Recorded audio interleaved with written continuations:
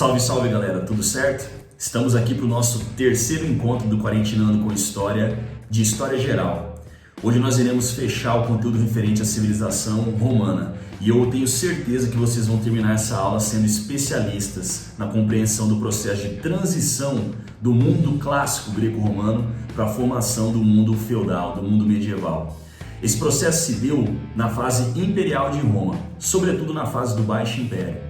Então nessa aula nós vamos discutir algumas ideias, alguns conceitos referentes ao Alto Império, ao Baixo Império, a influência que o cristianismo trouxe para esse processo de transição entre o mundo greco-romano e o mundo medieval, como se deu o processo de construção das bases, dos pilares do feudalismo. Tudo isso vai ser discutido nesse nosso terceiro encontro de História Geral. Então vem comigo, vamos discutir bastante sobre o conteúdo romano, especificamente sobre o Império de Roma. É nóis? Vamos para os slides então. Portanto, nosso Quarentinando com História, aula 3, História Geral, Antiguidade Clássica, conclusão sobre Roma. Essa é a parte 3 da aula, referente ao Império Romano. Primeiro eu trago a vocês uma imagem que representa uma joia conhecida como a Gema de Augusto ou o Camafeu de Augusto. Na verdade, essa imagem ela retrata a apoteose do primeiro imperador de Roma, aquele que veio a ser o primeiro imperador de Roma, que você vê nos livros rotineiramente com o nome de Otávio, mas que na verdade o nome dele era Otaviano. E ele está representado aqui, nessa porção superior da imagem, no lado direito. Essa imagem ela traz consigo alguns simbolismos. O primeiro deles é você perceber essa águia que está aqui abaixo de Otaviano. A águia representava, entre outras coisas, os deuses de Roma, especificamente o deus Júpiter, que era o deus mais importante do panteão romano. Associe Júpiter mais ou menos ao que era Zeus para os gregos. Júpiter, portanto, está presente nesse processo de divinização de Otaviano e, ao mesmo tempo, Otaviano está sendo coroado, perceba aqui acima, com uma coroa de louros. Esse era um gesto simbólico feito aos generais romanos quando das suas grandes conquistas. Então, sempre que um militar, que um general se destacava militarmente falando, com feitos, com conquistas, com domínio de povos estrangeiros, simbolicamente ele representava-se essa conquista com a coroação de louros. Então Otaviano aqui está sendo coroado com os louros, conjuntamente a águia que representa Júpiter. Então nós temos um processo, na verdade, de um simbolismo muito profundo de submissão, tanto da condição religiosa quanto da condição militar, a uma única figura essa que seria Otaviano. E um outro detalhe importante, perceba como que Otaviano é retratado nessa imagem. Jovem, esbelto, um corpo escultural, gostoso, bonitão, macho alfa para resumir, tá? Todo esse processo, portanto, seria a concretização da formação da fase imperial romana. Império esse que vai ser muito longo, muito vasto, vai durar quase 500 anos. O Império de Roma vai do ano 27 a.C. até o ano 476 depois de Cristo. Como é uma fase muito vasta, nós didaticamente e também historicamente dividimos em dois grandes momentos, o Alto e o Baixo Império. Nós vamos estudar os dois a partir de agora, mas de maneira geral compreenda aspectos iniciais. Quando se fala de um período de plenitude, de expansão, de apogeu, de conquistas romanas, Roma hegemônica, uma civilização forte, poderosa, organizada, estamos falando do Alto Império, período que vai do governo do Otaviano, ano 27 a.C., até a segunda metade do século III depois de Cristo, até mais ou menos ali o ano 270 depois de Cristo. Esse período, o Alto Império, representa, portanto, Roma no apogeu, forte, poderosa e organizada. Do século III até o século V, ambos depois de Cristo, começa um processo de transição romana, processo de crise estrutural, conhecido como o Baixo Império. Esse Baixo Império não entenda ele como um período de decadência geral, um período de ruína, não é isso. Na verdade, é muito mais um período de mudança do que um período de destruição. Novas realidades, sejam elas políticas, econômicas, sociais, culturais, vão se apresentar para a realidade romana e são essas realidades que vão nortear a formação do mundo medieval. Portanto, o período de transição entre a estrutura clássica greco-romana para a formação do mundo medieval, do mundo feudal, se deu no chamado Baixo Império. Nós vamos ver esses dois momentos a partir de agora, inicialmente compreendendo e analisando a fase inicial que vem a ser o Alto Império. Vamos nessa? Analisando, portanto, as visões conceituais entre os anos 27 a.C. e 476 d.C., nós temos o Império Romano, sendo que já dito a vocês, o Alto Império do século I a.C. ao século III depois representa a fase de expansão romana, a fase de hegemonia. Do século III ao século V, nós temos o Baixo Império, que é o período da crise estrutural desse Império Romano, período de mudança e transição entre a civilização e estrutura clássica greco-romana e a civilização e estrutura medieval feudal. Quando se fala de Alto Império, imediatamente virá à nossa cabeça a análise do governo de Otaviano. Esse foi o mais importante e destacado imperador romano em todo o contexto, seja ele do Alto ou do Baixo Império. O primeiro imperador de Roma, portanto, foi aquele que mais marcou a história. Otaviano ele pega uma Roma ainda com alguns problemas estruturais, sejam eles de ordem política, sejam eles de ordem social, principalmente. Lembre que ele vem de uma transição republicana, de triunviratos, de governo de militares, uma estabilidade profunda. Não vamos dizer que Otaviano por completo resolveu o caos, mas ele minimizou e muito. Nós vamos ter um cenário de estabilização interna, de defesa das fronteiras e expansão militar, grandes obras públicas, incentivo à produção cultural, e dois conceitos serão bem cobrados em relação ao governo dele.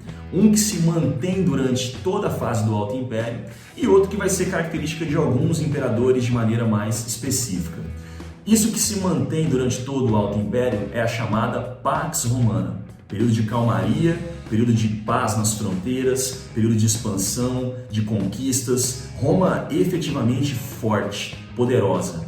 Essa fase geral do Alto Império é representada sinteticamente pelo conceito da Pax Romana. Quando analisamos o período anterior ao Império, já citado agora, período de transição da República para o Império, a crise republicana, Roma estava convulsionando. Isso fica para trás agora. Essa fase, portanto, de estabilização é conhecido como a Pax. Isso foi atingido por uma série de fatores, mas um deles no governo Otaviano é muito importante, que é a aplicação sistemática da política do pão e circo. Prática essa que já era utilizada por figuras como Caio Júlio César, como Mário, só que eram utilizações feitas com fins privados. O Otaviano ele fez do pão e circo uma política pública, de concessão à população, de espetáculos teatrais, festividades, lutas de gladiadores, corridas de biga, fazer a população ocupar a sua mente com entretenimento. A população passou a ter alimento muitas vezes subsidiado ou quando não fornecido de graça pelo Estado e dessa forma o povo dava um alento às revoltas, o povo ficava mais ordeiro. Esse cenário de manipulação social com recursos públicos, calando o povo, alienando o povo muitas vezes com coliseu, com gladiadores, com espetáculos públicos, com comida de graça, isso começou a ser organizado de maneira sistemática na administração de Otaviano. Nós vamos ver, portanto, o que ele fez de maneira mais prática em relação ao seu governo e também imperadores subsequentes da fase do Alto Império. Vamos voltar a compreender os slides. A administração de Otaviano ela é marcada por obras públicas, sobretudo a construção de estradas, a construção de aquedutos, a construção de arenas para gladiadores, a construção de teatros públicos, tudo relacionando-se a uma Roma crescente, poderosa, pujante. Otaviano fez uma reforma na fiscalização e cobrança de tributos dentro de Roma, que procurou minimizar a sonegação e os desvios tributários, e com a ampliação da arrecadação, obviamente que teria mais dinheiro, mais capital disponível para investir nas obras públicas. Capital esse também que foi direcionado para as Forças Armadas, para o Exército. Roma passará a ter uma guarda específica chamada de Guarda Pretoriana, que tinha a função de defender tanto a vida do imperador quanto o Palácio Imperial. Ao mesmo tempo, o exército romano passa por um processo de profissionalização, onde os soldados teriam um salário, uma remuneração chamada de soldo. O exército romano chegou a contar com quase 300 mil combatentes em suas legiões, um exército muito bem treinado, muito bem equipado, à disposição e a serviço de seus generais.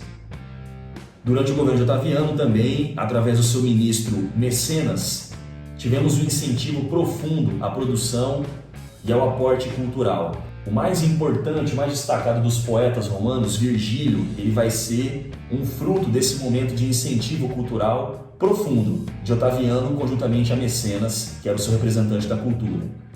Todo esse cenário somado, teremos como síntese a estabilidade das fronteiras romanas, a estabilidade interna, a expansão comercial, o aporte produtivo cada vez mais organizado internamente, representado pela chamada Pax Romana. E a política do pão e circo, ou panem et circenses em latim, foi um dos principais pilares para a construção da estabilização romana no governo de Otaviano e nos governos subsequentes do Alto Império. Agora nós faremos uma análise que eu acho bem interessante. Eu dividi para vocês em 2 blocos a compreensão dos imperadores do Alto Império. Óbvio que nós não vamos ver todos porque nem temos tempo para isso. Eu dividi naqueles imperadores que têm um destaque positivo nesse momento, com grandes obras, com grandes feitos, com grandes ações históricas, e aqueles imperadores que, mesmo em uma fase de prosperidade, mesmo uma fase de calmaria vinculada à Pax Romana, de apogeu da história de Roma, foram governantes displicentes, governantes que tiveram erros um atrás do outro, gestores deficitários, políticos corrompidos, representantes de um Estado caótico, que acreditava que o poder era capaz de tudo.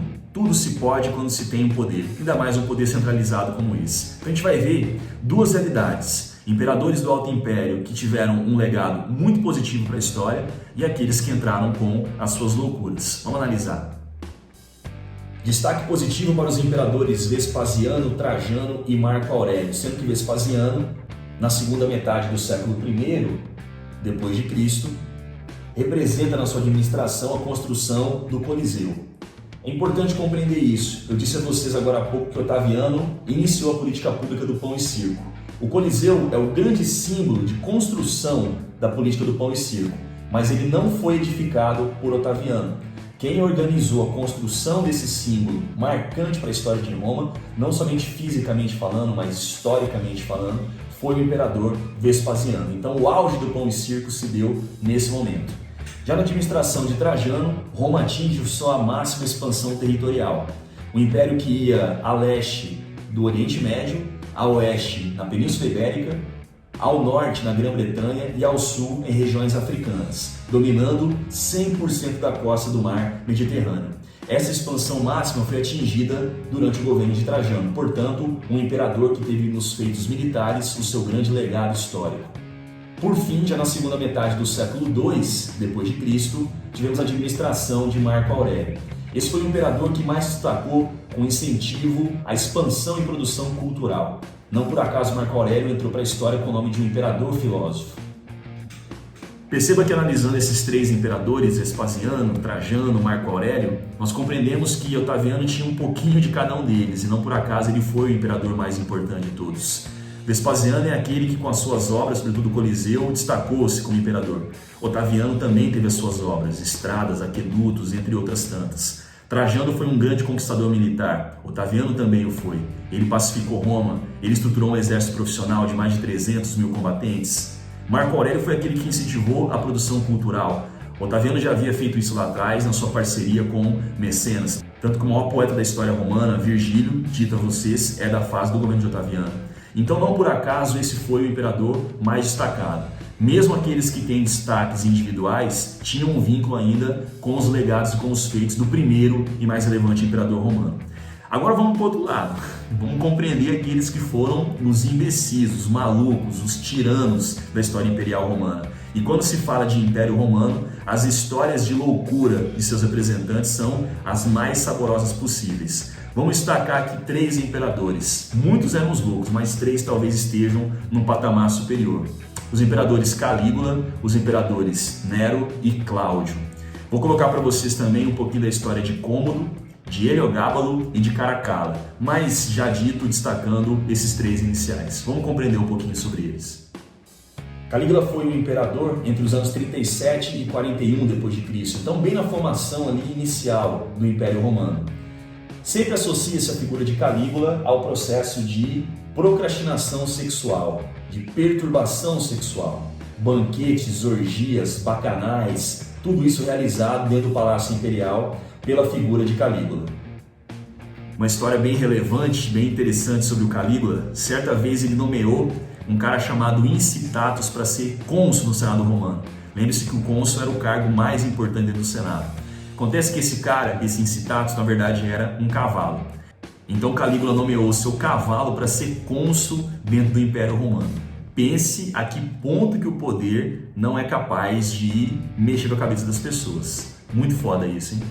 Já o imperador Cláudio, embora tivesse os seus destaques positivos, sobretudo nos feitos militares romanos, ele tinha suas manias de perseguição e as suas loucuras internas. Uma delas foi quando ele encrespou que a sua esposa estava o traindo e, graças a isso, ele ordenou o extermínio de 300 pessoas em Roma que ele considerava ser amante de sua esposa. 300 romanos, possivelmente muitos deles, morreram sem ter nenhum envolvimento com a esposa de Cláudio, mas, pelo imperador ter poder absoluto, poder fazer o que bem entendia, essas pessoas acabaram perdendo a vida. Reza a lenda que Cláudio, quando ordenou a perseguição a esses 300 supostos amantes de sua esposa, antes da morte de todos eles, essas pessoas eram torturadas. E nas sessões de tortura o imperador estava presente. Não para torturar as pessoas, mas somente para observar, para ver. Diziam que ele sentia prazer, que ele sentia tesão em ver as pessoas sofrendo de dor. Esses eram os imperadores de Roma. Puta que pariu, hein? E aí, quando se fala em loucura, não podemos esquecer de Nero, imperador entre os anos de 54 e 68 depois de Cristo. Nero, antes de mais nada, ele foi um matricida e um fratricida, ou seja, ele ordenou a morte de sua mãe e ordenou a morte de seu irmão. E diz isso que após a morte de sua mãe, ele passou a ser atormentado pelo espírito de Agripina, que era o nome da mãe de Nero. Segundo a lenda, ele a via pelo palácio imperial, escutava vozes de sua mãe, tanto que, entre outros fatores, isso condicionou Nero a ter os seus surtos de loucura. Uma outra história que se atribui a Nero é a condição do incêndio em Roma. A cidade pega fogo, a cidade foi incendiada durante a administração de Nero e muitos historiadores atribuíram a culpa desse incêndio ao próprio imperador. Aqui uma curiosidade que eu acho interessante. Muito se fala desse incêndio romano que de fato ocorreu e de fato foi na administração de Nero. E aí diz que enquanto a cidade pegava fogo, Nero em sua loucura tocava a sua lira, que seria uma espécie de uma harpa da Roma antiga. Só que essa história ela tem alguns pontos em aberto. Um deles é, Nero não estava em Roma no dia do incêndio. Então possivelmente não tenha sido ele o autor direto desse incêndio. Isso não quer dizer que ele não tenha se beneficiado do incêndio em Roma. Nero tinha um problema no seu governo sistemático em relação aos cristãos, por uma condição religiosa. Nero queria ser divinizado, como por exemplo Otaviano foi, tendo o título de Augustus. Esse era o título de divino à época, e os cristãos se negavam a cultuar Nero como imperador, porque os cristãos acreditavam, obviamente, em um Deus único, não aceitavam a figura do imperador como um Deus encarnado. Graças a isso, Nero cria todo um cenário de perseguição aos cristãos, inclusive colocando muitos cristãos em lutas contra gladiadores, para ser devorado por animais e tudo mais. E aí, quando vem o incêndio, Nero joga a culpa do incêndio a Roma em relação aos cristãos, e com isso ele cria um pretexto para poder perseguir essa corrente religiosa, que ainda nesse momento era bem incipiente, estava ainda se montando, não era a religião que veio mais para frente ficar muito forte e poderosa. Então, lembre que de fato tem esse incêndio, atribui-se a figura de Nero, mas nós não temos como precisar se de fato foi ele quem causou esse incêndio diretamente. Outros imperadores que merecem destaque do lado negativo são Cômodo, Caracalla e Heliogábalo. Cômodo acreditava que era a encarnação de Hércules, Caracalla acreditava que era a reencarnação de Alexandre Magno, de Alexandre o Grande. Inclusive, ele andava pelas ruas de Roma vestido como Alexandre o Grande, proferindo frases que se atribuía a Alexandre o Grande. Achava de fato que era a mesma pessoa.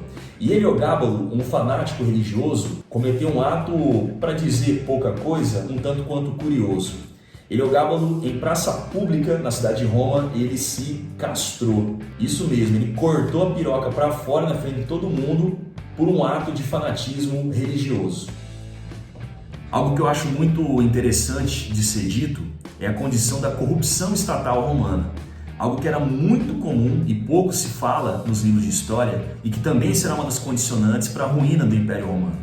Quando você tem imperadores que nomeiam seu cavalo para ser cônsul, outros que perseguem sem motivo declarado, outros que fazem atitudes corrompidas, deturpadas, chega um momento que essa conta ela começa a ser paga. E ela vai ser paga por um preço altíssimo que será a desestruturação da base política romana e das condições de Estado romano. Isso vai se dar mais claramente já no Baixo Império.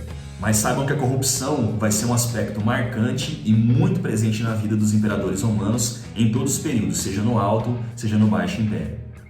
Passamos agora à compreensão da fase subsequente, uma fase que vai do século III até o século V depois de Cristo, conhecida como o Baixo Império. Essa fase, cuidado, porque vai aparecer para você o conceito de a crise romana.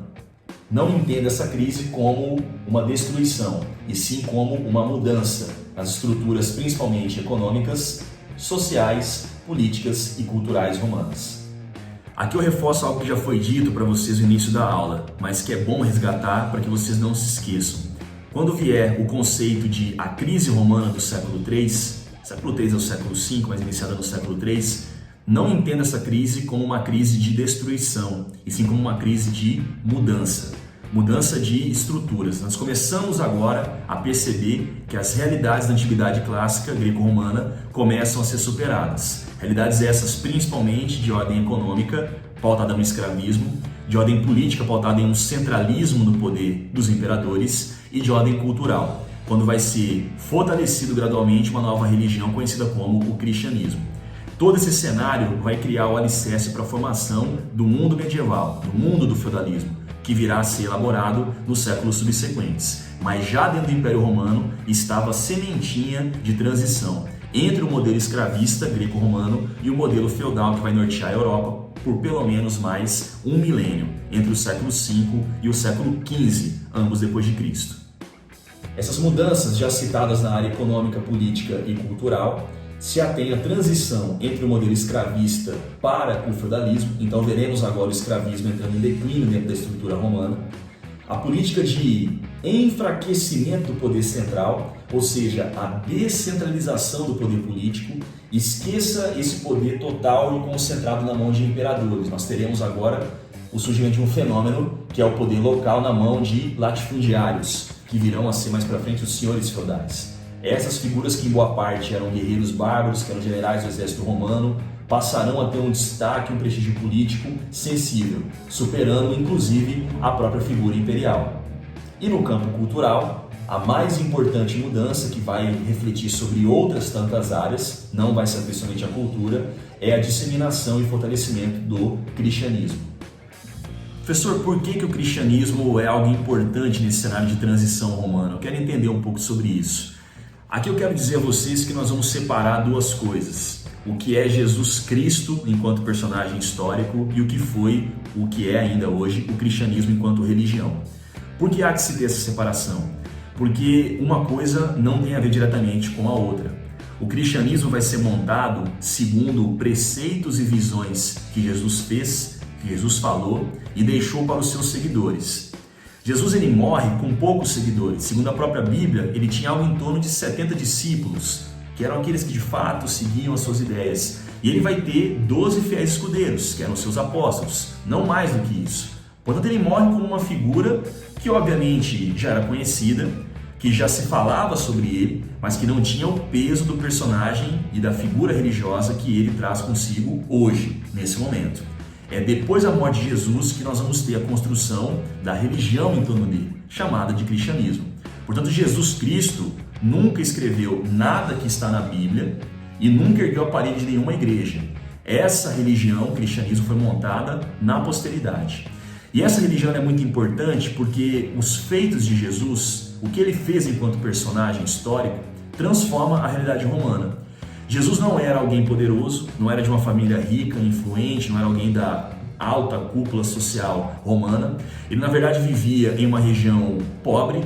Ele era um imigrante romano, porque ele não era um romano legítimo, ele nasceu na Galiléia, então é uma província sob domínio do Império Romano. E ele começa a falar algumas coisas que iam contra a realidade, contra a ordem de Roma.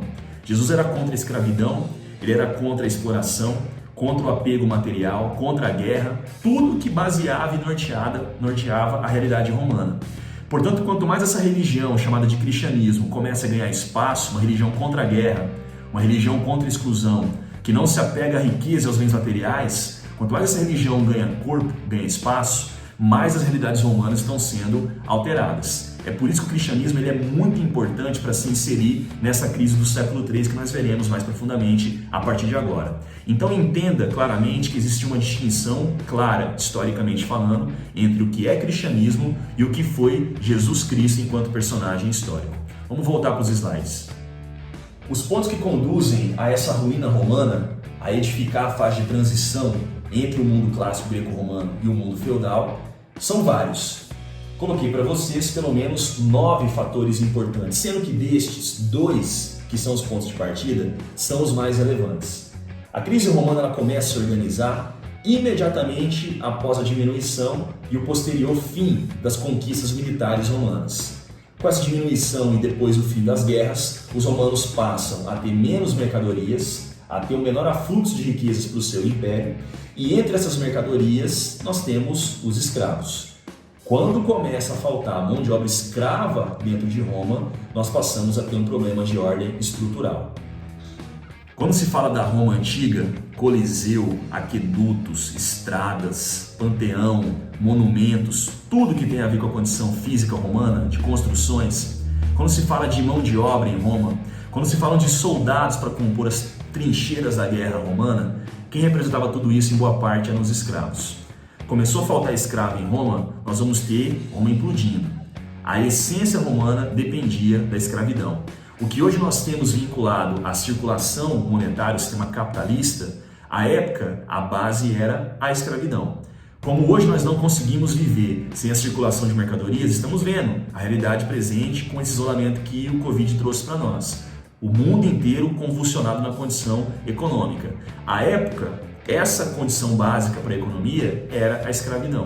Quando começa a faltar escravo, Roma começa a implodir. Dali para frente, uma série de fatores de uma subsequência natural de ordens decadentes começarão a levar Roma para suas ruínas estruturais. Vamos voltar para o slide.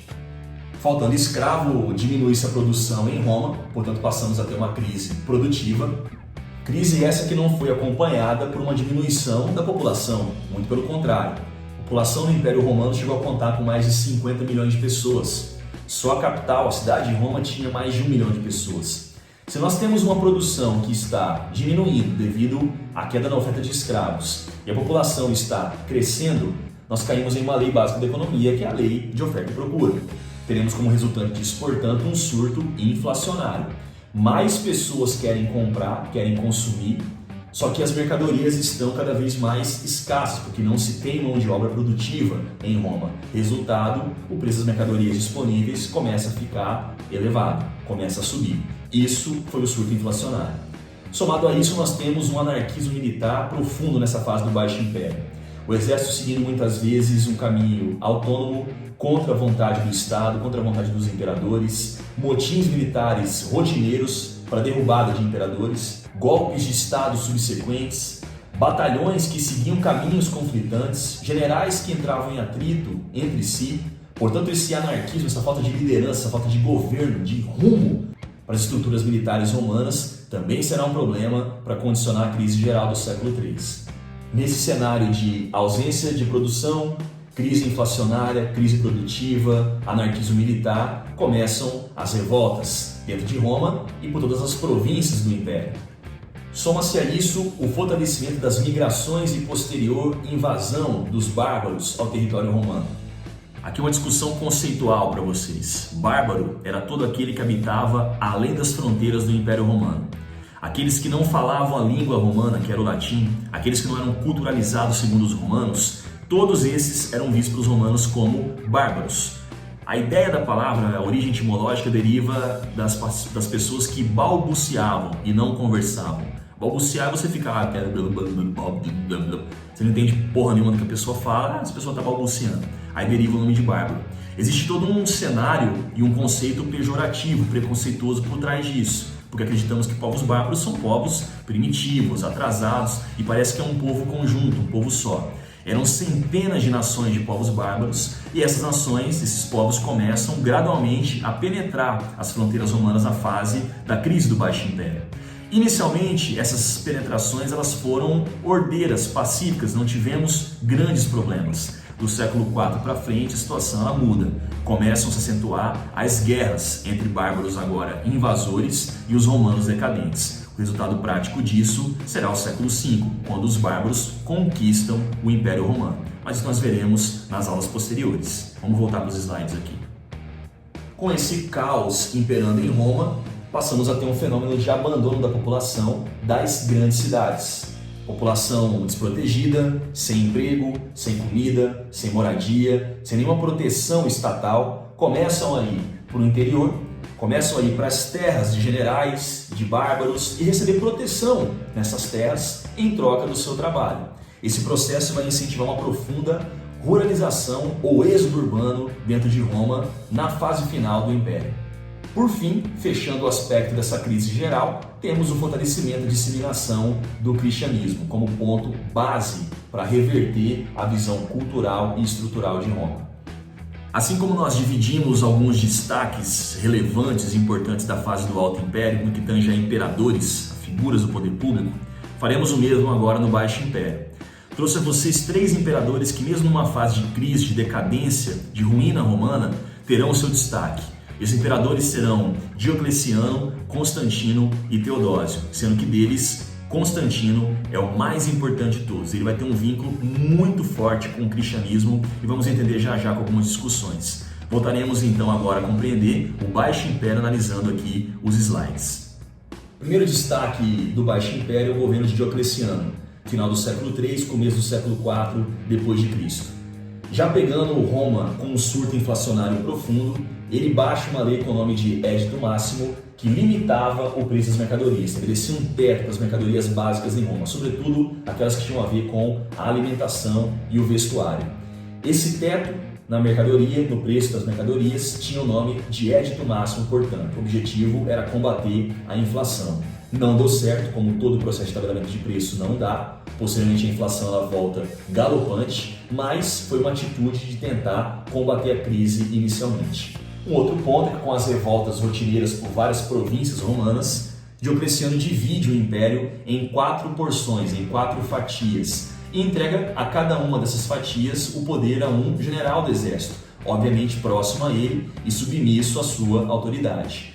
Quando ele toma esse processo de divisão do Império Romano em 4 grandes regiões, em 4 grandes territórios, dá-se o nome a isso de a tetrarquia romana. O objetivo básico era combater as revoltas e manter a administração vinculada ao poder central.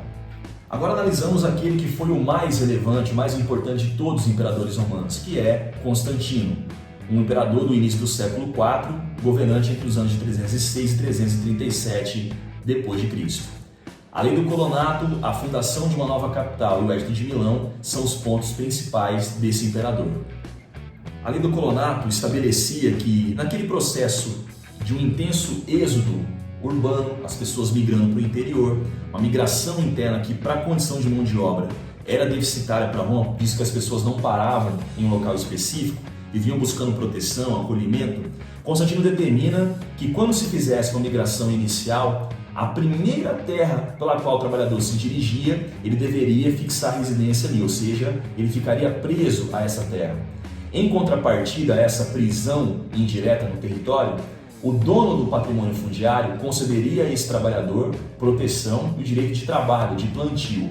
Com essa lei, Constantino cria as bases do que viria a ser posteriormente a relação servil entre os servos para com os senhores feudais, que se estabelecia não por uma condição de posse, e sim uma condição de dependência à estrutura fundiária, à terra.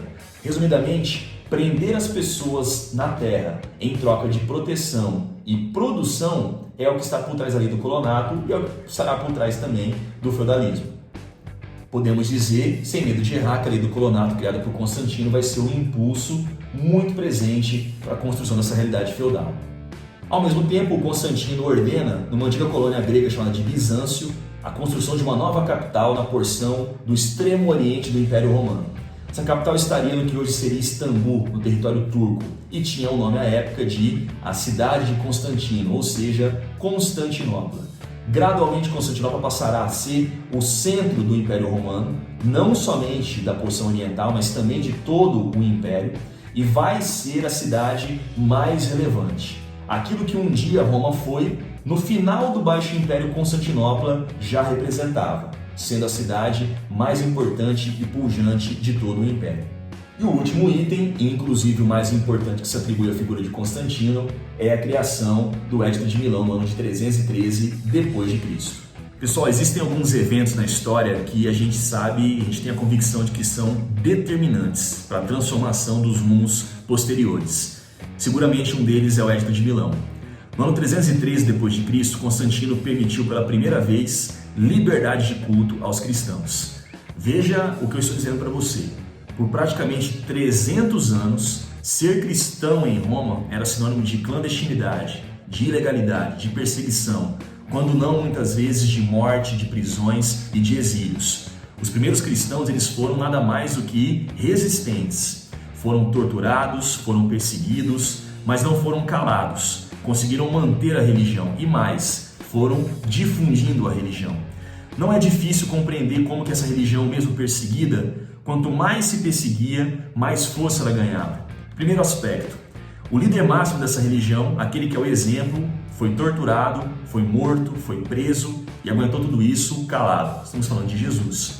Então Jesus era um mártir, era aquele a ser seguido pelos seus discípulos. Se eu estou sofrendo em nome desse Deus cristão, estou sofrendo em nome de Jesus, estou me aproximando dos mesmos. Então muitos cristãos, lá no sentido primitivo do cristianismo, não somente não temiam a perseguição, a morte, a tortura, o exílio, como buscavam isso, para se aproximar dos seus heróis, para se aproximar dos seus ícones, dos seus representantes máximos da religião.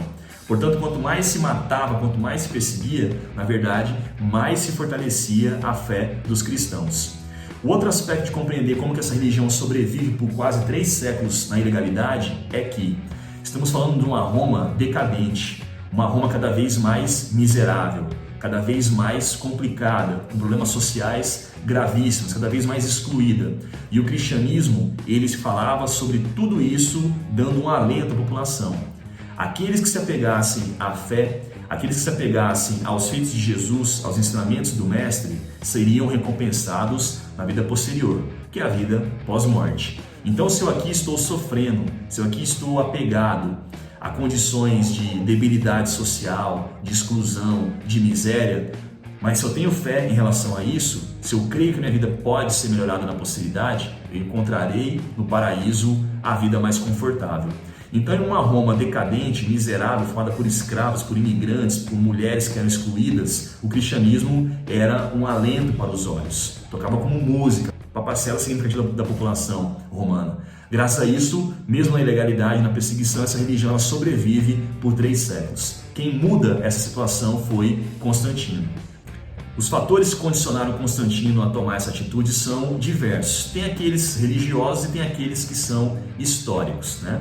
Muitos dizem que Constantino, por ser muito supersticioso, muito místico, teve alguns presságios. Ele inclusive viu o símbolo pirro, que era um símbolo cristão à época, e ordenou, antes de alguns combates, que esse símbolo fosse colocado nos estandartes militares romanos para enfrentar os seus opositores, e sai, depois disso, vencedor nesses combates. E como um sinal de recompensa a essa vitória militar, utilizando esse símbolo cristão, ele dá liberdade de culto aos cristãos. Outros dizem que ele viu a cruz por algumas vezes em sonhos e também presságios, mas na verdade vamos esquecer tudo isso, o misticismo, e vamos nos ater a uma condição política. O cristianismo era a religião da população mais numerosa romana, a população que mais se revolta, que mais está instável na fase do Baixo Império. Quando Constantino dá liberdade de culto para os cristãos, ele está aproximando o Estado romano dessa população que até então era perseguida.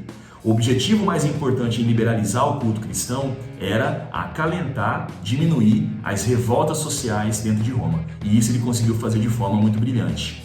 Um detalhe é que Constantino, ele por quase toda a sua vida, mesmo liberando o culto ao cristianismo e respeitando essa religião, ele não se converte ao cristianismo. Ele era mitraísta, ele cultuava o Deus Sol.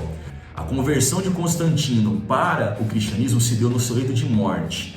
A mãe de Constantino, essa sim, foi cristã em boa parte de sua vida e obviamente que deve ter exercido uma influência sobre o seu filho. Mas ele, Constantino, veio a cristão somente quando ele está para morrer. Mesmo assim, ele vai ser determinante, como eu falei, na transformação dos rumos históricos, quando ele permite que essa religião até então perseguida passe a ser livre agora, a ser cultuada no Império Romano. Vamos voltar à compreensão dos slides aqui. Veremos agora um último destaque na condição de imperadores do Baixo Império, que é a administração de Teodósio, já no final do século IV depois de Cristo.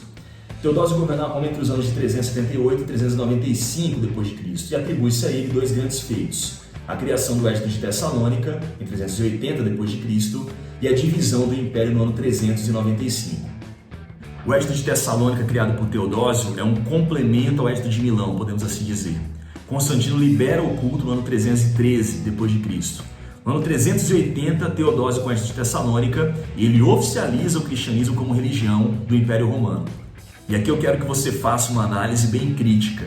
Perceba uma coisa: até o ano 313 d.C., ser cristão em Roma era sinônimo de perseguição.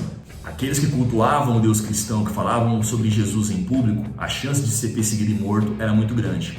Constantino muda isso quando ele permite o culto durante a sua administração, durante o seu governo. Posteriormente, Teodósio oficializa essa religião como a religião do Império. Uma religião que já estava muito forte, muito organizada, muito poderosa, e também por uma condição política, ele se aproxima mais do cristianismo, para manter uma ordem, uma disciplina, um respeito às regras. Ele segue esse caminho. Acontece que depois da atitude de Tessalônica, aqueles que não são cristãos passam a ser perseguidos. Perceba a mudança nos rumos aí. Até então, quem era cristão tinha uma vida complicada. Dali para frente, quem não é cristão terá uma vida tão complicada quanto. Aqui eu quero que você entenda que não importa a crença, não importa a fé. Quando o radicalismo, quando o extremismo está presente, a chance de dar merda é muito grande. Um outro aspecto importante em relação ao governo de Teodósio é que ele oficializa a divisão do Império Romano com a sua morte. Ele deixa um testamento dizendo que quando ele morresse, o Império seria dividido em duas porções: o Império Romano do Ocidente, com capital em Roma, e o Império Romano do Oriente, com capital em Constantinopla. A meia verdade é que já nesse momento Constantinopla tinha uma importância, uma influência maior do que a própria capital do Império geral, que era a cidade de Roma. Com a divisão oficial do Império, a porção oriental começa a emergir e a porção ocidental começa a declinar. Vamos analisar um mapa agora aqui para visualizar esse processo de divisão do Império Romano nas duas condições: a porção mais clara, que é a porção ocidental, capital em Roma, e a porção mais escura, com capital em Constantinopla, sendo o Oriente. Depois de ver e compreender esse mapa, entenda que o fim da história romana é um fim parcial. A invasão dos bárbaros e a conquista de Roma não foi uma conquista completa. O que os bárbaros fizeram foi conquistar a porção ocidental. Uma porção que há pelo menos um século antes da conquista oficial de Odoacro, com os Hércules, no ano 476 d.C., já estava às mínguas, já estava largado. O território a oriente, em Constantinopla, esse permanece forte. E é ali que vai se estruturar o chamado Império Bizantino. Império esse que vai ter um vínculo sensível com o cristianismo e com as porções orientais. Nós veremos esses eventos nas aulas posteriores, quando a gente começar a compreender a partir da semana que vem o contexto medieval. Sobre a história de Roma, nós paramos nesse momento. Fechamos aqui, depois do governo de Teodósio, um processo de divisão imperial que vai culminar posteriormente a invasão dos bárbaros. O que vai resultar daqui para frente fica para os nossos próximos capítulos. Vamos passar agora para nossas dicas do Teacher e depois a gente faz a nossa despedida aqui geral. As dicas quarentinadas do Teacher, deixo para vocês hoje dois filmes, não somente um chamado Gladiador e outro chamado Ben-Hur, sendo que esse segundo existe um remake dele mais recente, de 2016, e o original, para aqueles que gostam de filme antigo e longo, você consegue encontrar à disposição na internet. Já adianto que é um filme muito antigo, é do final dos anos 1950 e é um filme muito longo, tem mais de 3 horas, mas é um clássico e vale muito para aqueles que querem compreender mais profundamente as realidades de Roma, tanto Gladiador quanto, sobretudo, Ben-Hur. E a música que eu deixo para vocês é a música daquele que eu considero o maior poeta da música brasileira, Raul Seixas, com a música Ouro de Tolo. É isso, meus amores. Foi um prazer ter estado com vocês mais uma vez. Fiquem com o Papai do Céu. Tenham uma semana abençoada e até a próxima. É nóis? Um abraço.